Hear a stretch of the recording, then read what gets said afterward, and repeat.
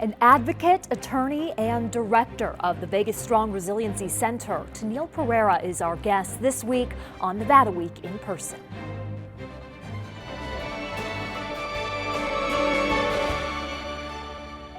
Support for Nevada Week in Person is provided by Senator William H. Hernstat. Welcome to Nevada Week in Person. I'm Amber Renee Dixon, a consumer rights attorney. In the aftermath of the 1 October shooting, she offered free legal help to victims and their family members. Now, the director of the Vegas Strong Resiliency Center, Tennille Pereira, thank you for joining Nevada Week in Person. Yeah, no problem. Thanks for having me. So let's go through this journey of what led you to the Vegas Strong Resiliency Center. 6 years ago, prior to the mass shooting, what kind of cases were you working and how did 1 October change that?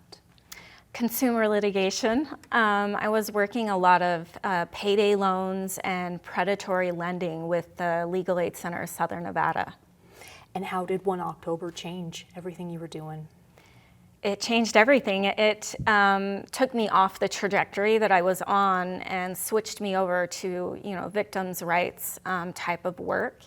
So I volunteered to help at the Family Assistance Center, providing legal services. And that was, the Family Assistance Center was what prior to the Vegas Strong Resiliency Center? So it was like its predecessor. It was the first 3 weeks of the response and recovery to help everyone that was impacted. Okay, so this changes your trajectory, as you put it. Do you think it was meant to be when you look back? Why were you the person for this role? I do. I mean, I don't believe in coincidence, and I believe that I had been prepared and put in that exact spot when I was there. So the Family Assistance Center turned into the Vegas Strong Resiliency Center. Prior to that, you were working for Legal Aid of Southern Nevada, correct? And I want to make sure that we get this story in, because how did you first become aware of the Legal Aid of Southern Nevada? So I volunteered as a CASA, and I got a case of 4 children, and I ended up meeting the attorney that was representing those children, but I ended up adopting them, and I fell in love with Legal Aid and the work that they do in the community. And so I also got a job with them at the same time. So is Legal Aid who helped you with the adoption process? They did. So you have how many children in total? I have 6 children, yeah. 2 biological, 4 adopted children. What is life like? It's a little crazy some days, but it's a beautiful crazy, I guess. What would you say to someone who's considering adoption? To do it, don't get too in the weeds, don't overthink it. It is a lot of work, but it is amazing, yeah. What might people tend to overthink about it? I worry about how is it going to work out? What about this? What about that? I feel like any family, you figure it out. Yeah. How do you think it's impacted you as a person to be the mother of 4 adopted children? It has opened my eyes. They were in foster care, and so they had dealt with a lot of trauma. And it was the work with them, understanding trauma, that really helped me do the work that I do now with 1 October. Your eyes are opened. So you would hear their stories from them. And how did that prepare you for your role now, do you think? Because the way trauma impacts the brain, it impacts the way people think, the way they process, the way they react to many things. Parenting my 2 oldest was completely different than parenting my adopted, because they reacted differently, and they would do things, it's like, why would they do that? And learning how trauma impacted them helped me understand them. So now when I'm working with victims of violent crime, survivors of 1 October, when they kind of lash out at me or they're frustrated, I understand why they're feeling that way, and I can, tailor my services to that. That's something you experience, people lashing out at you. Why would they be upset with you? Well, they're upset with the situation they're in, right? These circumstances that they are now faced with are so unfair, right? And so they're angry. And a lot of times it comes out on whoever's in front of them. And so, I can understand why they're angry and why they're frustrated, and I don't take it personally. I just stay there with them and can talk them through that. I understand why you're angry, and I would be angry too. Well, certainly unfair that they were at the shooting at the time, but then what are the repercussions that end up being unfair as well that people may not realize? They have to live with the trauma for the rest of their lives, right? A lot of people will tell them, well, why can't you get over it? It's been 6 years, but you don't get over trauma like that. You have to find a new normal, like you have to walk through it. And it's a lot of hard work. When you were providing the legal services to these victims, what kind of legal services? So they have evolved over time. So in the very beginning, we saw a lot of employment issues.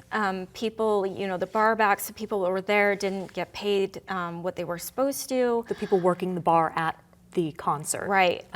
People wanted their money back. They had paid a lot of money to be at this concert. So getting people refunds. People would then go back to work and they would find they weren't able to do the same work. So it was a lot of different things, foreclosures, rental issues. When you're dealing with trauma like that, it kind of puts your life in upheaval. And, there's so many legal issues that fall out from that, insurance issues. We had one gentleman who his truck had gotten shot up. He was transporting people to the hospital. There was, blood in the truck. We got the insurance to cover it because they had originally denied it. Wow. We got an Uber driver a new car seat. Just a lot of different things that you wouldn't necessarily An Uber think driver of. a new car seat. Yeah, because he had transported injured people in the back of his car, and they wouldn't pay for a new car seat, so we found him other benefits that he got denied for, but we got him approved. So a lot of victims of crime program benefits. Wow. Yeah.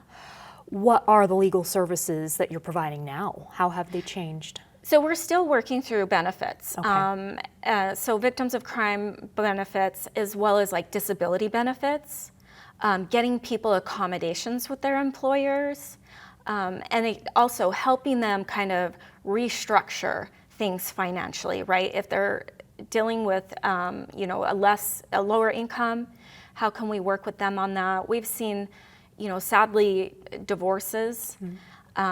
Custody, all sorts of family dynamics have changed. Wow, that are a result of this tragedy and the trauma that it caused. Right, yeah. I wonder about your own mental health in hearing all these stories and litigating on behalf of these victims. How do you take care of yourself?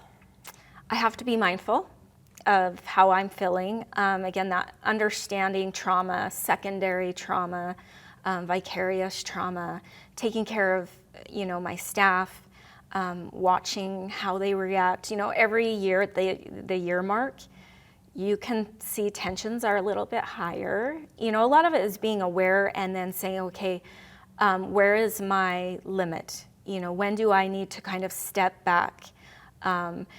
Talking to people, telling my husband, telling my family, I'm feeling some pressure today and I need to just go in my room and close my door. Just being really aware of, your own feelings. Wow. I also wonder about your background in the Navy. You are a Navy veteran. Mm-hmm. You served a tour or more than one tour? I did two deployments. I was in a total of 10 years, and I did 2 deployments. Spent quite a bit of time on a ship, about 3.5, 4 years on a ship. And where was that? So it was stationed in San Diego, but when we were deployed, we would get deployed over to the Middle East. Okay. Yeah. And how did that experience mold you into who you are today? So I think, it gave me a lot of strength, understanding I can do hard things, being in a place where tensions are very high, emotions run very high, it's very stressful, just knowing that I can do that. that I can, I'm very team-oriented. And I think it comes from that camaraderie that you feel when you're in the military is really important. Tell me more about how you describe yourself as an advocate in a lot of interviews that I've listened to. At what point in your life did you decide that is the role I would like to fulfill? I think it's just part of my personality.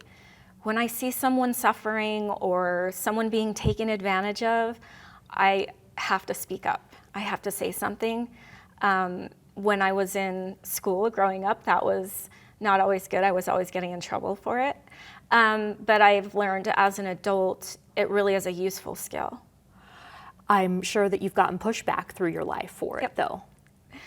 And how do you confront that?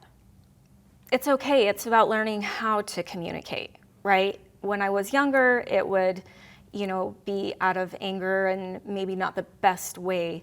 And now I've learned that collaboration is very important and how to collaborate and not force your will. Okay. Yeah. Can you give me an example, I wonder? Yes. Okay. So the 1 October Memorial Committee, I was asked to be on the committee and I was the chair. And that was a very emotional process. We brought people from very different backgrounds and perspectives, but each one of them, that was their piece bringing to the table. And so we had to kind of meld those together to get the best outcome. But sometimes, in my mind, I'd be like, no, that's not it, right? But that's my personal opinion. So I had to take myself out of it and really work to kind of bridge all of those different perspectives for the ultimate collaborative effort. Yeah. And you said I was the chairperson because that committee has recently been dissolved because you reached a design, which we talked about on a recent episode of Nevada Week. Personally, that took 4 years of work, I believe. Mm-hmm. What does it mean to you to have that, and I don't know if this is the right way to say it, behind you, to have that, because it's not constructed yet, but to have the design set? It's bittersweet. Like, it's something that I'm really proud of. I could not be happier with the results. I've seen a lot of healing in the community as a result. So, there's a soft spot in my heart for that project, but also, bittersweet because I won't be sitting with those, members of the committee every month anymore. I won't be, working through that. I felt very connected to the community as we did it. But, we met our goal, and that was really important. How can a memorial bring healing? Working through that process. So we did a lot of community engagement. That was very important to us. And we put the healing process before the actual end product. The end product is important, but it was really about healing for us. So we had to do the community engagement so that people had a voice. And it gave them a voice, and it validated their experiences. It validated what they went through, the losses, but also, the light that's come out of 1 October. Tennille Pereira, Director of the Vegas Strong Resiliency Center, thank you for joining Nevada Week in person, and thank you for watching. To see more interviews like this, go to vegaspbs.org/Nevada Week.